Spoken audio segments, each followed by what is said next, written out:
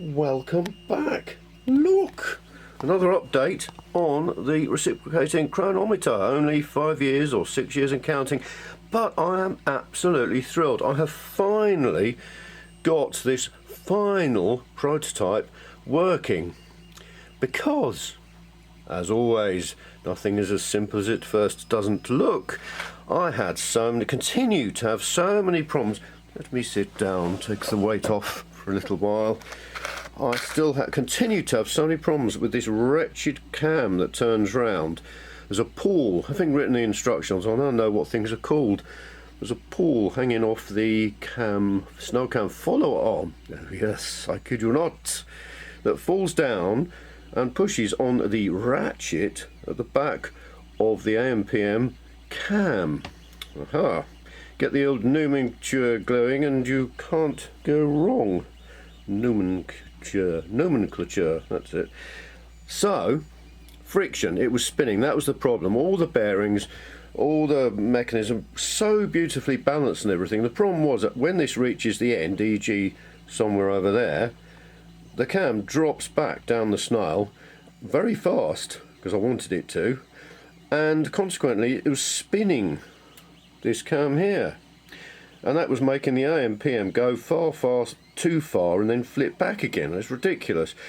So another disheartening moment, but this clock has been full of them and they all revolved, I say, around the cam. How annoying. So what I ended up doing, I just thought, I've got to solve this, I really can't put it off anymore. So I drilled out the hole on the back of that one behind the cam and put some spacers in, and then a piece of felt. That's right, I experimented with felt because I thought, well, a little bit of friction never did anyone any harm, so I thought I'd try some felt, and it did sort of work, and I ummed and ahed and tried to change the shape of this in case the balance had gone wrong, and fiddled and farted around with a couple more of these cams with slightly deeper slots and all sorts, to no avail. Oh, that was another example where I changed the shape of the cam so it would hopefully stop it from spinning round, but it didn't. So in the end, dear friends, what I've done, here's one I prepared earlier. In fact, this is one ready with some other bits for the one I'm going to build when I'm going to photograph the instructions. And what I've decided to do, cunning plan, I've got a little rebate in the back, and this is another interesting thing about 3D printing, you can't print anything. You've got to give it quite a lot of thought because it needs something to build on, so you can't have an overhang. So I couldn't have a bit sticking out here and having it sitting up on something. It's possible because it will build, as I've mentioned in the past, one of those support structures, but it leaves the side where the support structure was fixed to looking pretty rough, and I didn't want to do that. So what I've done is make a rebate on the back so it can print this way up, because originally, bear with me, they were printing like this. So there's the support raft sitting on the bed of the 3D printer, and there's the little bit, the prong, the hexagon sticks up, that locates for the front of that.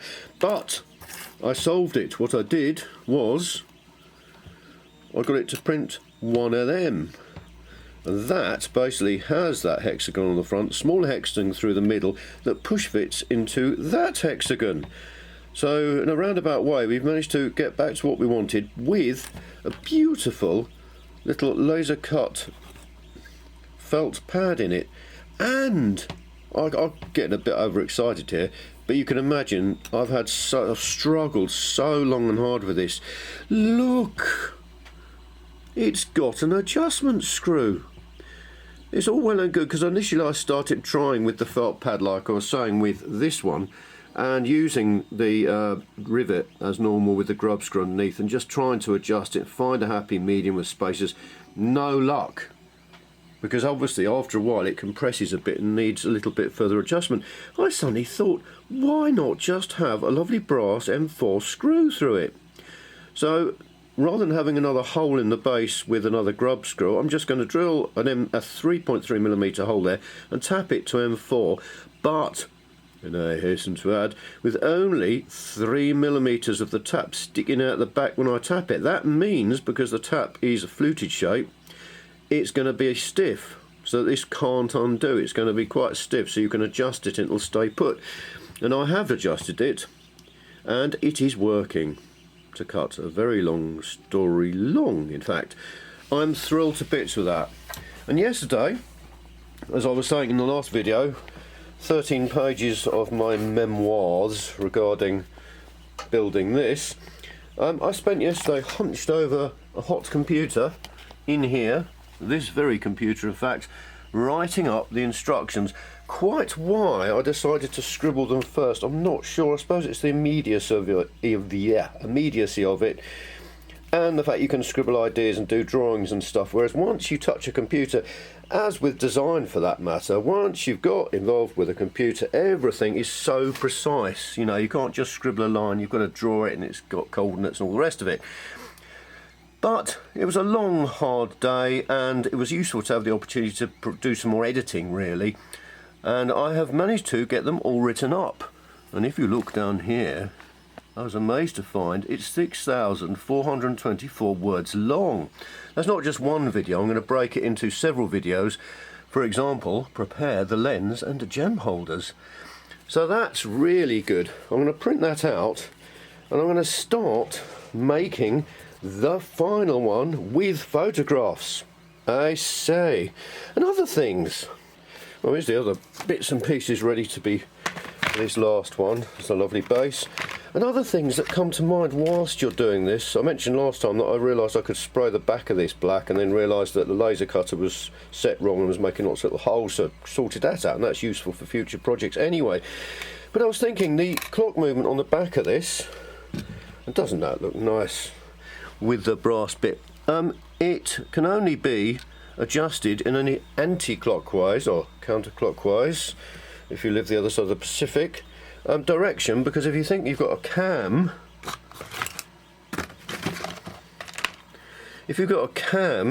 like this one, a snail cam turning round, in fact it goes that way around, you can only turn it clockwise, because if you try and turn it anti-clockwise, then that bearing will get stuck on it. And that translates to the little adjustment thing on the back as being anti-clockwise.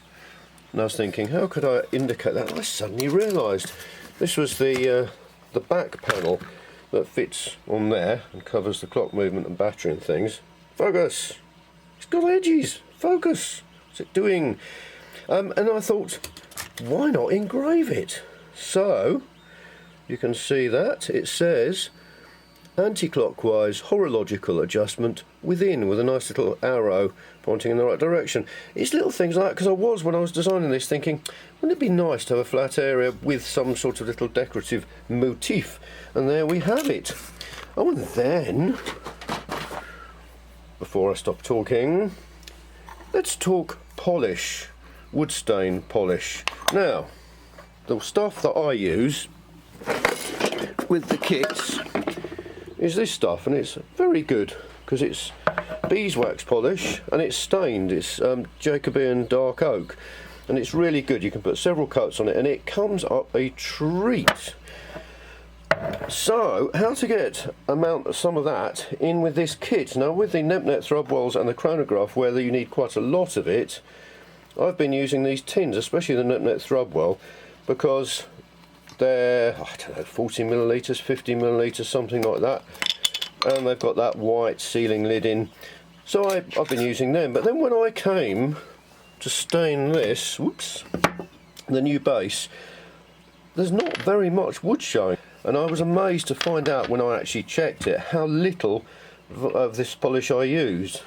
So I don't, you know, it's a bit rude, isn't it? If you get a huge tin like this and there's a titchy little blob in the middle, it's a little bit disappointing. So, and also these tins are quite expensive. Da da da! Look, sweet. This, hang on. This, I think, is 3 millilitres.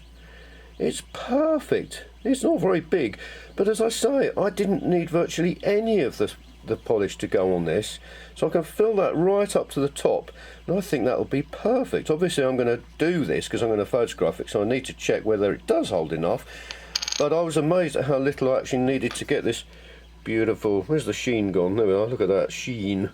Right, enough of the talking before I run the battery flat. I am now going to start building the very final one, fingers crossed, and taking the photographs for the instructions. And I'm going to be following my script, something I haven't done before. I've always done it all back to front. I've just had a great idea. Whilst writing up the list of parts, because I've just remembered, obviously, if I'm going to photograph the whole process, I need to have all the parts packaged. And now I've labelled them, come up with names, I'm going to write the definitive list. It means I don't have to start photographing stuff. Whilst I'm doing that, I've filled up this with some of that polish and managed to get it all over lots of things, including my clothes. I'm going to put this in my pocket. Because this doesn't have a seal on it, it's just plastic on plastic. I'm hoping it'll seal, but to test it, I'm going to put it in my pocket. There's my pocket. I'm going to leave it and forget about it.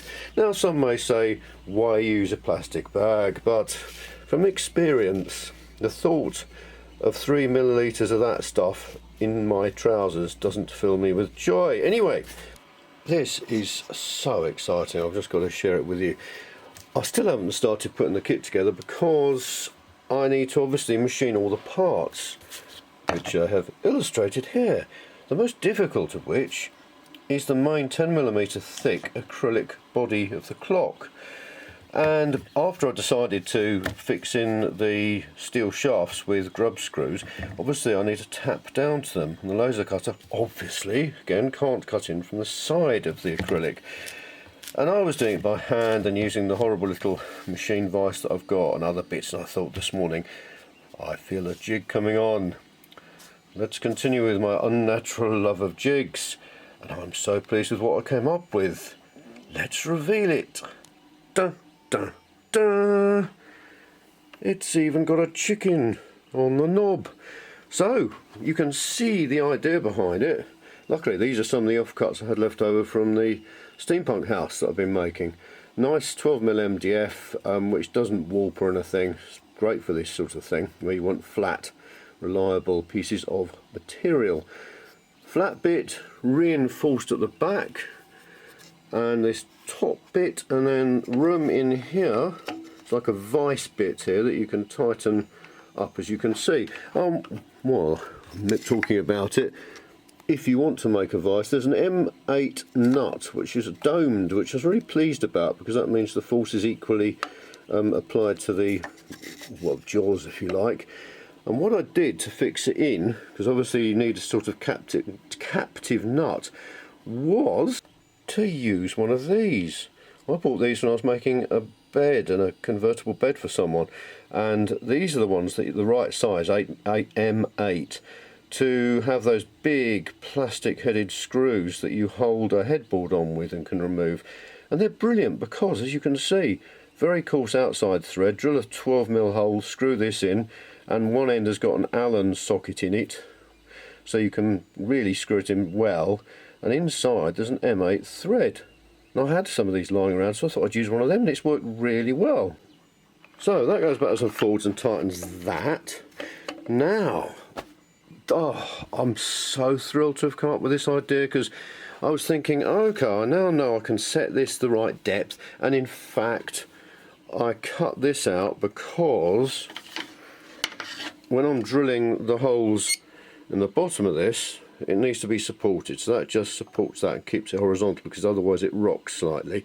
So I thought, okay, to set the distance between the drill bit and the middle of the plastic, if you like, I'll just drill a hole in the bottom of that. Then I can line that up, line up the drill bit with it, and clamp this into place. But that doesn't help with the left and right.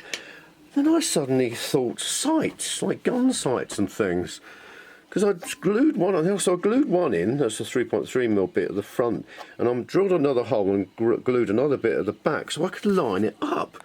I don't know why I didn't think of this sooner. It was applicable to so many jigs. So you line it up. Now, obviously, I didn't think about it. Parallax or whatever it's called meant that the nearest one completely covered up that, the drill bit, and everything else. Hence the fact I've used this, and it's got a bobble on the top, because while I'm poking about here, I really don't want that to stick into my eye hole. And it works a treat. I can now line that up, and also, when I'm setting it up, I can bring the drill bit down or whether any of this will focus. You get the idea. You just line that up with that. And I've just drilled all the holes, and it works beautifully. Just setting it up once to get it centred. And I was thinking, oh, I need some sort of jig to support this at an angle for that strange one. But no, because you just, you know, line that up in there, line it up vertically where you want it to end up with, where the shaft's going to go, clamp it in place and drill it. And it just, oh, I can't tell you, that is so exciting. As I say, I do love coming up with jigs, and I'm so pleased with this one. This idea with a viewfinder thing, I think is going to have tons of applications. Right, I'll calm down, start doing some tapping. I can't remember where I am in this video because lots has happened since. My wife brought home COVID, catching it at school, coincidentally in the first week back when the schools were instructed to not allow students to wear masks. I know it's unpleasant being taught in a mask, but what a coincidence, she's taught for months all wearing masks and hasn't got it. Now my son and daughter have got it, so they're all self-isolating upstairs, and I'm downstairs being the responsible member of the house with Ziggy, our dog. Very strange. But anyway, I started getting this ready, as I said before, packing up the bits, sorting it all out, analysing how best to pack it. And then I got to this. Now, this was the lovely little container of polish, but because polish, well, you can't have a container like that holding something that's potentially very messy without having a label. So, look, lovely labels. Now what I'm going to do, this is an A4 sheet of self-adhesive, a single big self-adhesive label, and I'm stupidly, as you can see there's a slight issue with the printing, but never mind. I've tried this before, but not on the things this small. I've printed it out and printed a little mark on the top right hand corner. I've also got a design with lots and lots of circles, and I'm going to put this on the laser cutter, try and line up the laser accurately there, and then say, okay, cut out all the circles. Oh, what joy. Now I suspect, because they're quite tight, these are only 27mm diameter, that half of them are going to be cut off, because I've put the address around the outside where you can find safety information about the contents and chemicals it contains and possible allergies and all that sort of stuff. Just sort of good practice. And again, that meant last night, hunched over a lonely hot computer, I got round to start creating the page on my website for the Reciprocating Chronometer, so that I actually knew the address to put on this. It's amazing. Let's use that. Now we need to label it. Now we need a website. Now we need blah blah blah blah. But that reminds me. Look. There's the little pot I put in my trouser pocket last week and have been carrying around as a way to test whether it will actually survive or come open and leak. Oh, we've shared some good times and some sad. Almost like the brother I never had. But it hasn't leaked, so that's fantastic. So I'm happy with that, and in fact that means I could actually put this in with the spirit level and the lens, because they're all plastic and they're not going to damage. I don't know anymore, I'll have a think about it. So let's try and cut these out. The other really exciting thing, and I can't tell you how exciting this is, this box contains 100 of the horns that I need for the net thruble and clarion door horn. It's brilliant. There are the basses, the sounders, and all these horns, and they're black. I requested black because the paint takes to it much better, covers better. If you've watched my videos, you'll know that I have had nothing but problem getting hold of these things because of the pandemic. There was a company in Spain that I used to use to get them from, really reasonably priced, and then placed another order and found that they'd gone out of business. PayPal thankfully refunded me, and that was it. And I've been buying all sorts of odds and sods from Amazon in France and Germany, from this fun fan line, vuvuzelas, which cost a fortune. You get a free football, or actually it's a basketball, which I don't want. And I thought, right, I'm running low on nets. We need to do something about this if I'm going to be able to make any more. and I found on the French, I think it's French Amazon, I found the name and address, the details of the company. So I contacted them, and they do wholesale. And these, absolutely fantastic. I am thrilled to bits, because I really thought I was going to have to stop making net thread wells, which have been very sad because they're still so popular. So I've ordered 100 of these. I'm going to order 100 more of the trigger clock mechanisms and 100 air pumps, because they're the bits that are always a bit iffy and a bit tricky to get hold of. So I'm going to have a stock of them, because I'm down to 9 net thread wells. So I really do need to start putting another load together. I might make even 50 this time, with my lovely hanging shelf of stock. And I'm stock taking and keeping. How amazing. Do see, here we are. Here's all the holes that the laser's theoretically going to cut out in the wrong place, with the titchy little thing, which I won't get it to cut, but I'm going to line up. I will do that now. I've sat that mesh, the air conditioning ceiling tile mesh, which makes a really good honeycomb, a bigger one, and I'm just checking to check whether I have actually got it all parallel by moving the laser, and it looks like I have. So that gives me a very useful guide when I'm lining up the printout. I know then that if it's parallel with one of these lines, it's going to be parallel with the laser or whatever. Now I think I've got the laser lined up with the corner, and the red indicator light is so bright, there we are, but I think that's okay. Now the definitive test is to close the lid, and there's a button. It is called laser, cunningly named. So I'm going to press that, and a little flicker. Now I can open this up. Just sends a very short pulse through.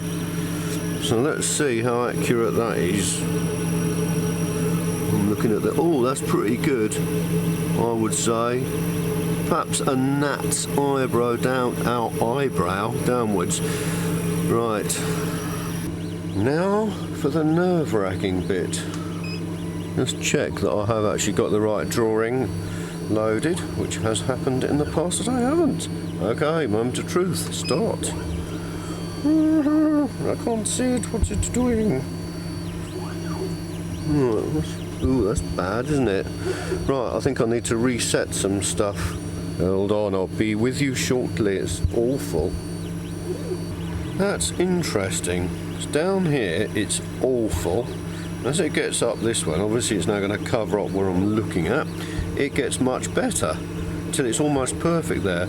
So it means there's some sort of difference in correlation or calibration or something, beginning with C, between what the laser cutter does, which I tend to err on the side of belief with, and what the printer's doing. So it may be, I'm going to leave this to run, because then I can take a measurement and calculate how much I have to move all these further apart as it goes down the page. It's not too bad, and I think it'll do. And I think, having fiddled around with it for so long, as you can see, as it goes up, the circle moves, even though I've got it right down the bottom. So I think, as well as the paper being wonky, I think also it goes through the printer at slightly different speeds.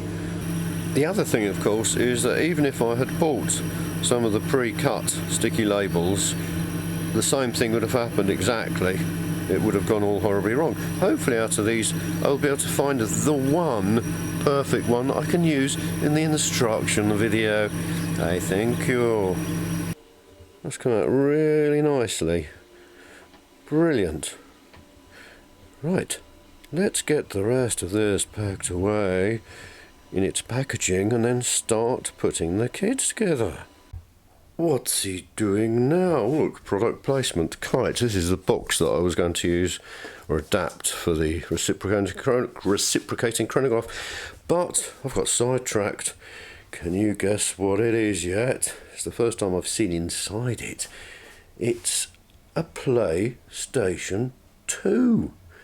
Because my wife bought the family a Nintendo Switch computer game for Christmas that we just played some family games on and bits and pieces. And then my son found this incredible game called Little Nightmares. The graphics are stunning. It's so dark, and he loved that. And then managed to finish that. And then my wife, when she came down with COVID, she took the Nintendo Switch upstairs with her. How unfair. And he was left with nothing, poor, bereft of any computer games. So I went up into the loft and dug this out. And after 12 years, because it was in their first year of birth, that I ended up giving up playing computer games because I was so exhausted, and also it was a bit of a waste of my life.